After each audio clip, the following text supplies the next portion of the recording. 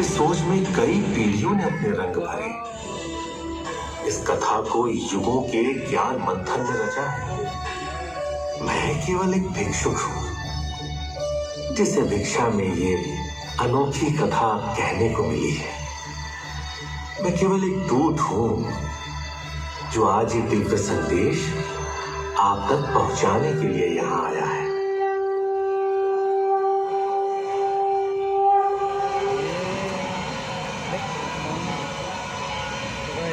पूरा पानी वहाँ तक है। नदी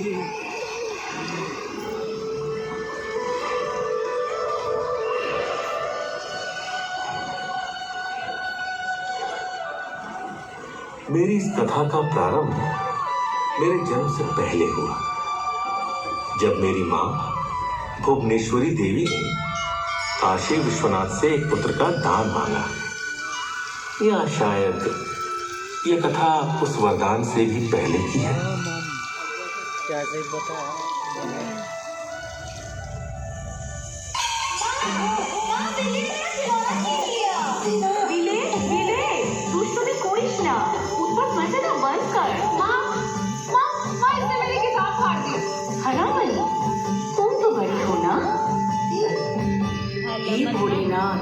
मैंने आपसे एक पुत्र मांगा था, आपने तो मुझे अपना एक शिवगन भेज दिया। स्वर्णमयी मेरे जीवन भाग्य को सबसे पहले मेरी मां ने आकार दिया। अपनी व्याकुल प्रवृत्ति के कारण मैंने अपनी मां और बहनों को बहुत सताया, पर उन्होंने मेरी चंचलता को बड़े ही धैर्य से संभाला। इस स्नेह और संयम के लिए मैं हमेशा उनका आभारी हूं। मैं एक क्षण के लिए भी शांत नहीं रह पाता था। उधर उधर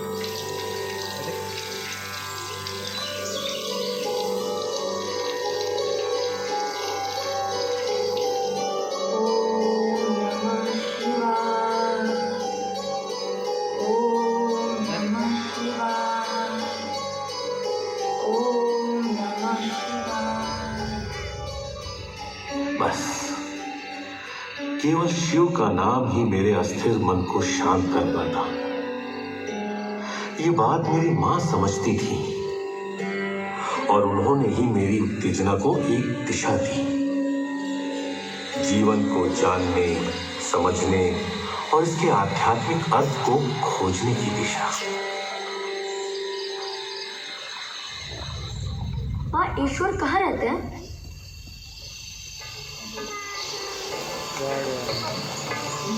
जंगल।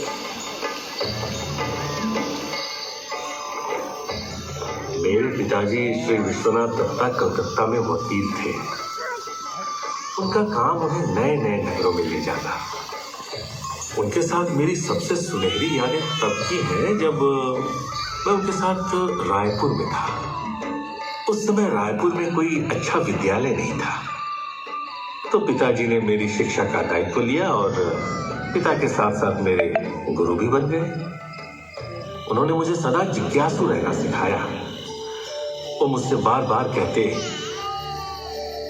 नरेन, सवाल पूछो और उस सवाल का उत्तर खुद ढूंढो।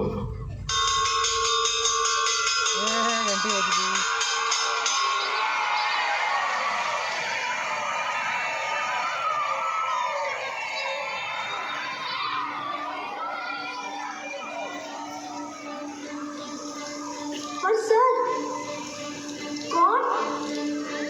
क्या? कैसे? कहाँ? किसने? क्यों? बचपन में मैंने अपनी माँ से एक छोटा सा सवाल पूछा था, माँ, ईश्वर कहाँ रहते हैं? और ये सवाल मेरे जीवन का साथी बन गया। क्या भगवान है? क्या किसी ने उन्हें देखा है? क्या मैं उन्हें देख सकता हूं? अगर हाँ, तो कैसे?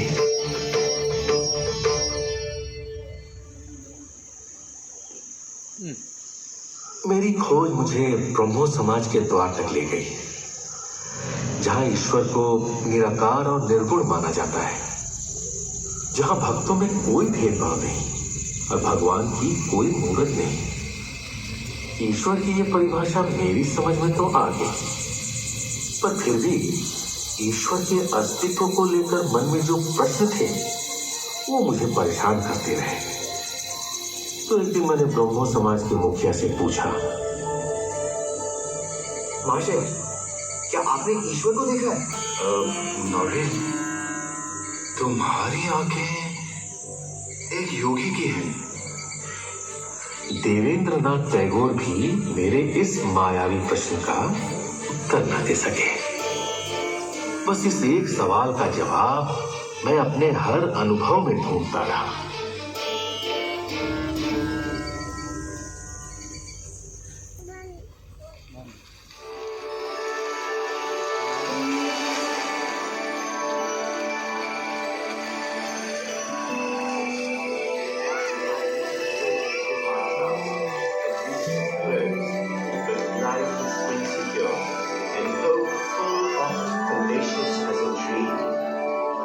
Therefore, for what is here produced, I ask thy favor, trusting that thou wilt not deem the offering, though imperfect, premature. कितनी सुंदर कविता है ये। वर्dsworth ने जरूर इसे एक दिव्य चेतना में लिखा होगा, जब वो प्रकृति और ईश्वर तीनों एक हो गए होंगे। पर सर, एकदम रियल। क्या वर्तमान समय में कोई व्यक्ति इस अवस्था में जा सकता है? ईश्वर से एक हो सकता है? मैंने सुने है दक्षिणेश्वर में एक साधु है जो कई दिनों तक ध्यान में रहते हैं और उस अवस्था में उन्हें अपने आसपास हो रही किसी भी घटना का कोई भी एहसास नहीं होता।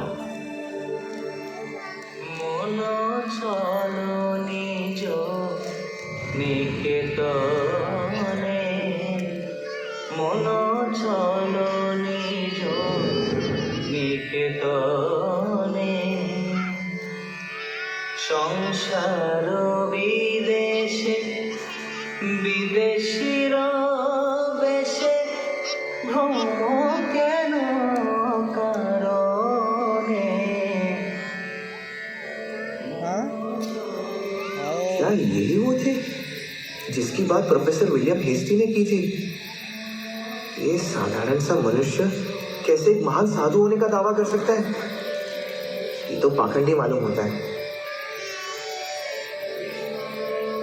क्या ये ईश्वर से एक होने का मतलब भी समझते हैं? ये तो मुझे ही नर नारायण बुला रहे हैं। कहते हैं मैं लोगों का कष्ट दूर करूंगा, उन्हें मुक्ति दिलाऊंगा। ऐसे व्यक्ति पर मैं कैसे भरोसा कर सकता हूँ?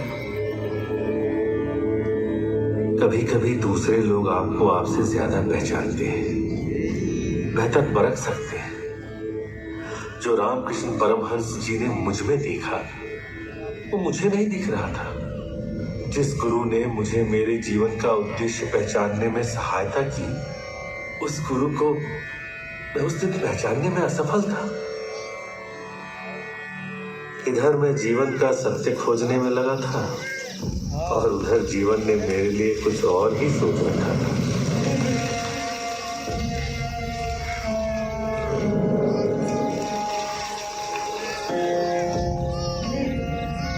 मेरे पिताजी की मृत्यु के बाद घर की आर्थिक स्थिति बहुत कमजोर हो गई। दुख और निराशा भरे प्रश्न मेरे मन में उठने लगे। आखिर मेरे साथ ही ऐसा क्यों हो रहा है?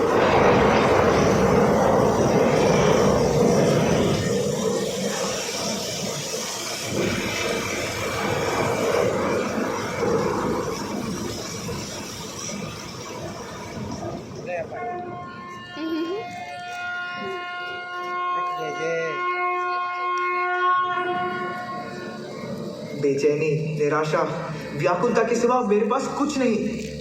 मुझे भगवान, शास्त्र, अद्वैत, वेदांत से अब कोई लेना देना नहीं जानना मुझे कोई भी सच। मुझे सिर्फ पैसे चाहिए अपने परिवार की भूख मिटाने के लिए। क्या आपकी ये काली माँ मेरे लिए इतना कर सकती है? हाँ हाँ, क्यों नहीं? मेरी काली माँ कुछ भी कर सकती है। तो कहिए इन्हें मुझे एक नौकरी दिला दे। तुम खुद ही क्यों नहीं मांग लेते इनसे? यही तो है वो।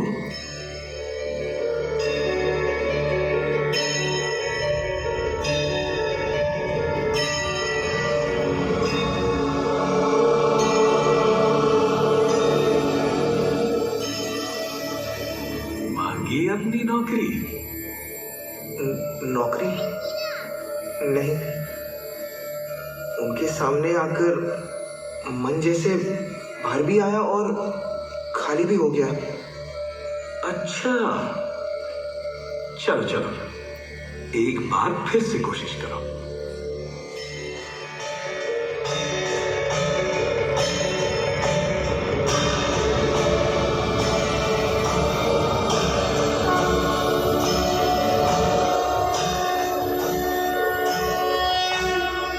क्या हुआ? मैं कुछ मांग ही नहीं पा रहा इनसे। कुछ भी नहीं? नहीं, ना धन, ना दौलत, ना संपत्ति। काली माँ के सामने आते ही मन में किसी भी दुनियावी चीज का ध्यान ही नहीं रहा। सब शांत हो गया, शून्य हो गया। बचपन से ही या तो धनवान बनने का या संत बनने का सपना देखता था। आज मुझे अपनी दिशा साफ दिखाई दे रही है। नरेन, मेरे पुत्र, इतनी देर क्यों लग गई तुम्हें? ठाकुर,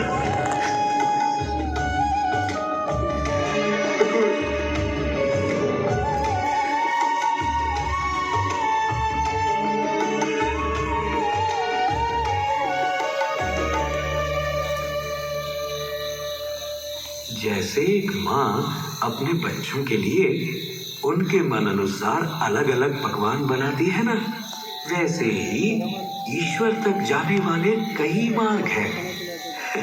रास्ता जो भी हो, ईश्वर के द्वार तक ही जाता है। ईश्वर मानो अमृत का एक असीम सागर है, जो मीठा है, शुद्ध है। क्या तुम्हें इस अमृत में समाना नहीं है? गुरु रामकृष्ण परमहंस के मार्गदर्शन ने मेरे विचलित मन को शांत कर दिया। मन व्याकुलता से स्थिरता की ओर, मांगने से मानने की ओर, अंधेरे से उजाले की ओर बढ़ गया। और अब मेरी जिम्मेदारी है कि मैं अपने गुरु की इस विरासत को आगे ले जाऊं, सारे संसार तक पहुंचाऊं।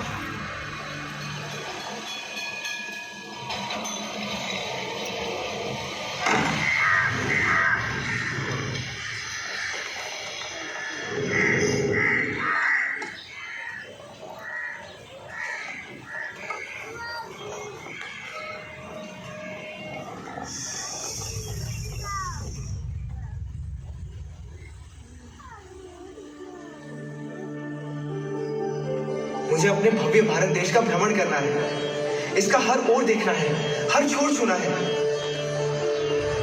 ऐसा करने के लिए तो मेरे पास ना कोई साधन है, ना कोई जरिया। लेकिन मेरे पास अपना विश्वास है। विश्वास अपने गुरु पर, अपने भाग्य पर। अब मेरी आस्था ही मेरा रास्ता होगा।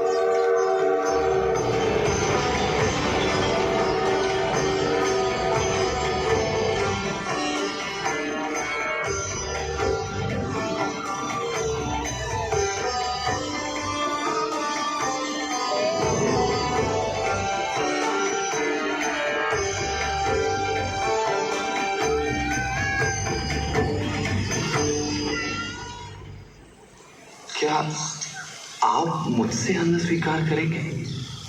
क्यों नहीं? मैं एक सन्यासी हूँ। मेरा ना तो कोई धर्म है, ना कोई जात।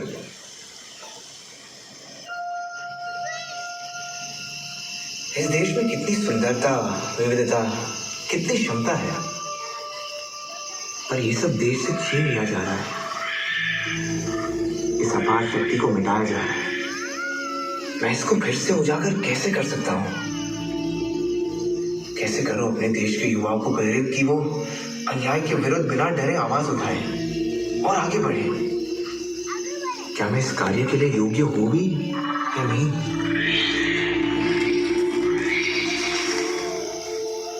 अगर मैं भारत की युवा पीढ़ी को उनके भय का सामना करना सिखा सकूं, तो शायद हम सब मिलकर देश में एक नया बदलाव ला सकते हैं।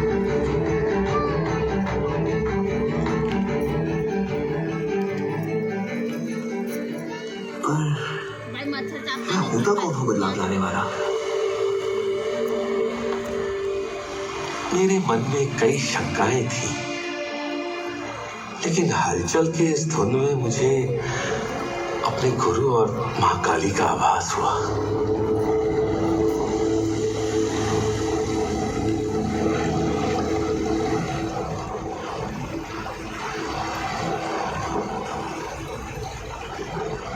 मेरी राह मुझे साफ नजर आने लगी।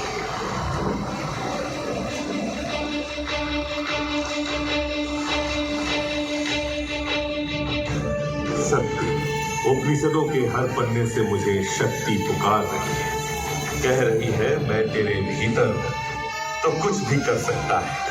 खुद पर विश्वास रख, ये मत सोच कि तू निर्बल है। निर्बलता दुख है, शक्ति ही आनंद है।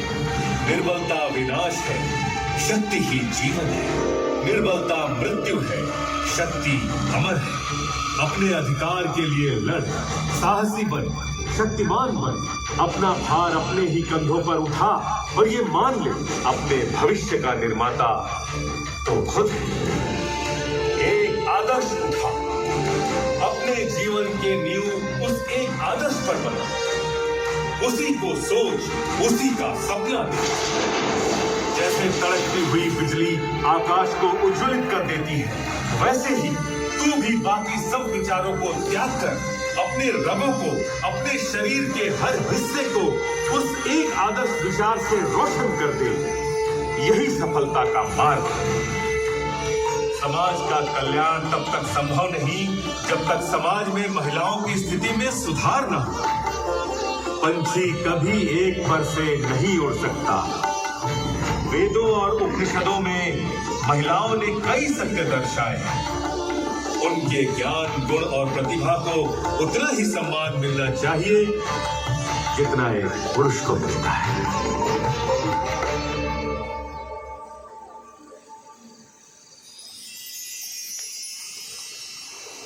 मैं खुशी खुशी युवा पीढ़ी को एकत्रित कर उनमें वो भावनाएं जगा रहा था जिसकी देश को जरूरत थी।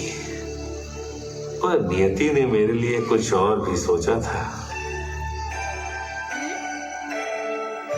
हिंदू धर्म का प्रतिनिधित्व पार्लियामेंट ऑफ रिलीजन्स में किसको करना चाहिए? हमारे सांस्कृतिक और धार्मिक ग्रंथों को दुनिया के आगे सही दृष्टिकोण से कौन रख सकता है? हमें किसी ऐसे व्यक्ति की जरूरत है जो पूरब और पश्चिम दोनों संस्कृतियों को समझता हो। हाँ, जो अपनी बातों को स्पष्ट रूप से कह सके।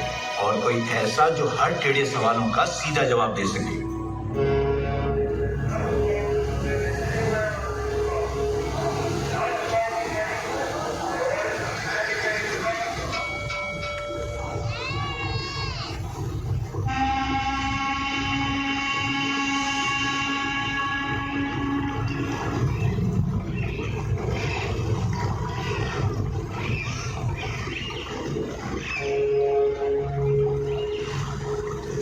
समंदर की ये लहरें मेरे मन की तरह उभर रही है और ढल रही है।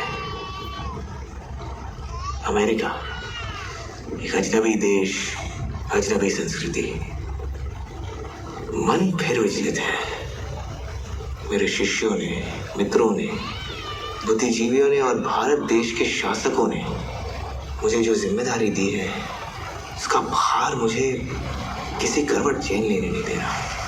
आपने मूर्ति पूजा से जुड़ी मेरी कई गलत धारणाओं को मिटा दिया है स्वामी जी। हमारे धर्म से जुड़ा सत्य आपसे बेहतर कोई नहीं समझा सकता। इस महान कार्य के लिए तुमसे बेहतर कोई नहीं है। भारत की आवाज को खोने मत देना। स्वामी, मेरी उपहार स्वीकार करो और जाओ। मैं दर दर जाके आपके लिए दान दक्षिणा मांगूंगा। आप बस अद्वैत का संदेश पश्चिमी संस्कृति तक पहुंचा कर आइए स्वामी जी। स्वामी जी, मेरी तरफ से ये नए वस्त्र स्वीकार करें। मैं भक्ति भाव से ये घोषित करना चाहता हूँ कि जिस विवेक से आप अपनी बात कहते हैं और जो आध्यात्मिक आनंद बांटते हैं, उसके लिए सारा जग आपको स्वामी विवेकानंद नाम से जाने। स्वामी विवेकानंद की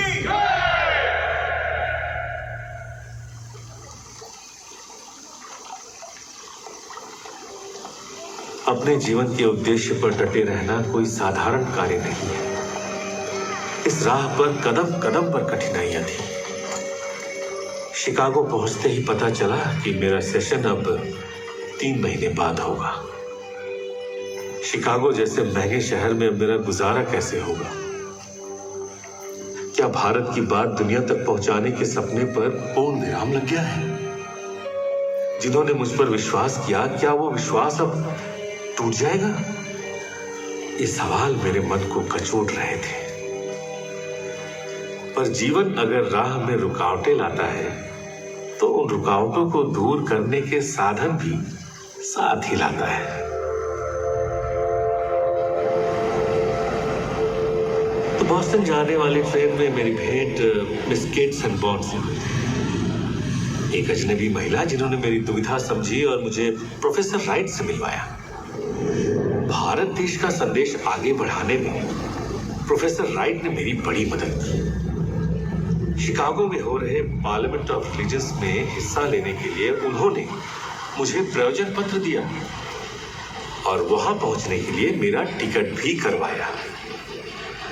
अब मुझे लगने लगा कि शायद मैं अपने देश की आशाओं को पूरा कर सकूंगा।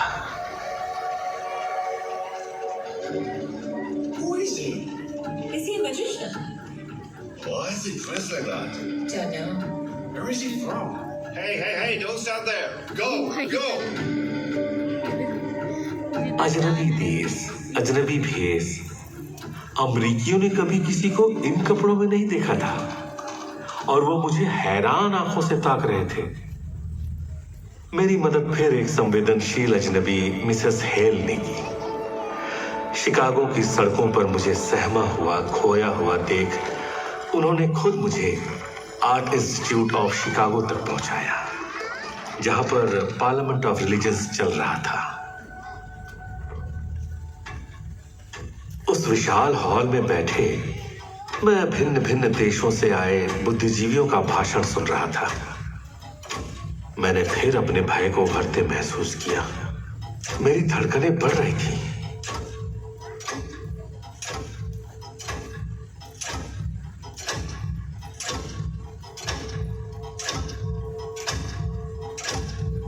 मुझे तो यह भी समझ नहीं आ रहा था कि मैं अपनी बात शुरू कहां से करूं। तब मैंने एक गहरी सांस ली, अपने गुरु का नाम लिया, काली मां को याद किया और मैं समझ गया कि मुझे क्या कहना है।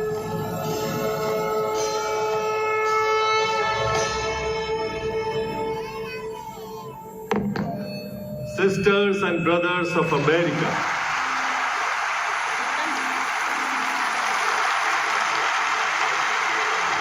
it fills my heart with joy unspeakable to rise in response to the warm and cordial welcome which you have given us. I thank you in the name of the most ancient order of monks in the world. I thank you in the name of the mother of religions, and I thank you in the name of the millions and millions of Hindu people of all classes and sects.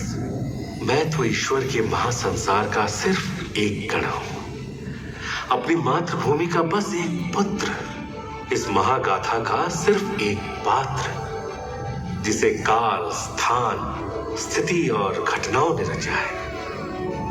कई नाकाम कोशिशों के बाद ही मैंने यही सच समझा है, सुनो तो अपने अंतर मन की, करो तो अपनी करनी। जो कुछ भी मैं हूं या बन सकता हूं, सब मुझी से है, मेरे भीतर ही है। मन की गहराइयों से जो उत्पन्न हो वही है परम सत्य। हमारे देश को वीरों की जरूरत है। वीर बनो, पर्वत की तरह अपने सच पर अटल रहो, क्योंकि जीत हमेशा सच्चाई की होती है। भारत की नई ज्वाला बनो, जो देश की रग रग में नया जोश भर सके। निडर बनो, बहादुर बनो। मौत सिर्फ एक बार ही आती है। बार बार कायर की मौत से बेहतर है एक ही बार मरो, मगर वीरों की मौत। भारत का उत्थान होगा शारीरिक शक्ति से नहीं, बल्कि आत्मशक्ति से। हम भारतीय नफरत का विनाशकारी ध्वज नहीं, हर एक धर्म, देश, जाति प्रजाति के लिए शांति और प्रेम का ध्वज लहराकर साथ आगे बढ़ेंगे। जिस अंधविश्वास ने तुम्हारे मन को अंधकार से ढक दिया है, उस अंधविश्वास को खत्म करो। चलो हम सब निडर बने। मनुष्य में जो भी सिद्ध है, शिक्षा उसी का स्वरूप है। शिक्षा केवल जानकारी प्राप्त करना नहीं, सच्ची शिक्षा का लक्ष्य है अपने मन को ज्ञान के प्रकाश से शुद्ध और समर्थ करना। भारत के नौजवानों, सत्य को समझने की कोशिश करो और सच्चाई की राह पर चलो। हमारा लक्ष्य भले ही हमसे दूर है, पर चलो हम एक साथ जागे, एक साथ कदम बढ़ाएं और तब तक न रुके जब तक हमारा लक्ष्य प्राप्त न हो जाए।